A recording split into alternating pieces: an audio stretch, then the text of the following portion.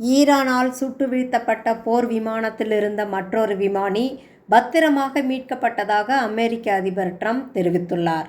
அமெரிக்க வரலாற்றில் இது மிக துணிச்சலான நடவடிக்கை என்றும் அவர் பெருமிதம் தெரிவித்துள்ளார். அமெரிக்காவின் F-15E-4 விமானத்தை ஈரான் நேற்று முன்தினம் தங்கள் நாட்டு பகுதியில் சுட்டு வீழ்த்தியது. தாக்கப்பட்டது தெரிந்தவுடனேயே வெளியே குதித்து உயிர் தப்பிய விமானியை அமெரிக்க சிறப்பு படையினர் மீட்டனர். மலைப்பகுதியில் சிக்கிக்கொண்ட மற்றொருவர் இருப்பிடம் தெரியாமல் இருந்தது.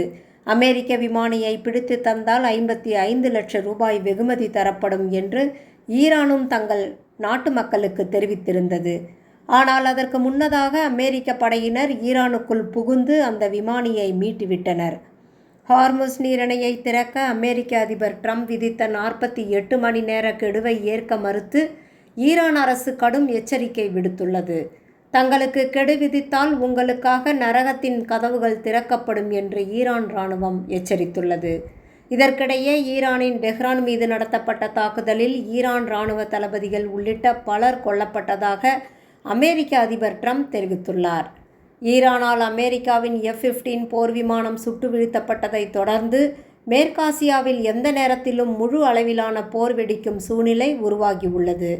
மேற்காசியாவில் போர் பதற்றம் உச்சக்கட்டத்தை எட்டியிருக்கும் நிலையில் அமெரிக்கா மற்றும் இஸ்ரேல் நாடுகளுக்கு அதிர்ச்சி கூடிய பெரும் ஆச்சரியம் காத்திருப்பதாக ஈரான் பாதுகாப்பு அதிகாரி எச்சரித்துள்ளார்.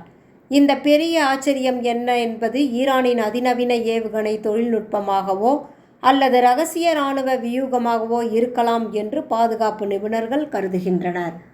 ஈரானின் இந்த நேரடி எச்சரிக்கையை தொடர்ந்து மேற்காசியாவில் முழு அளவிலான போர் மூலம் அபாயம் ஏற்பட்டிருப்பதால் உலக நாடுகள் கவலை தெரிவித்துள்ளது. இதற்கிடையே இதுவரை கையாண்டதை விட சக்தி வாய்ந்த ஏவுகணைகளை அமெரிக்கா பயன்படுத்தக்கூடும் என்று தகவல்கள் வெளியாகியுள்ளன.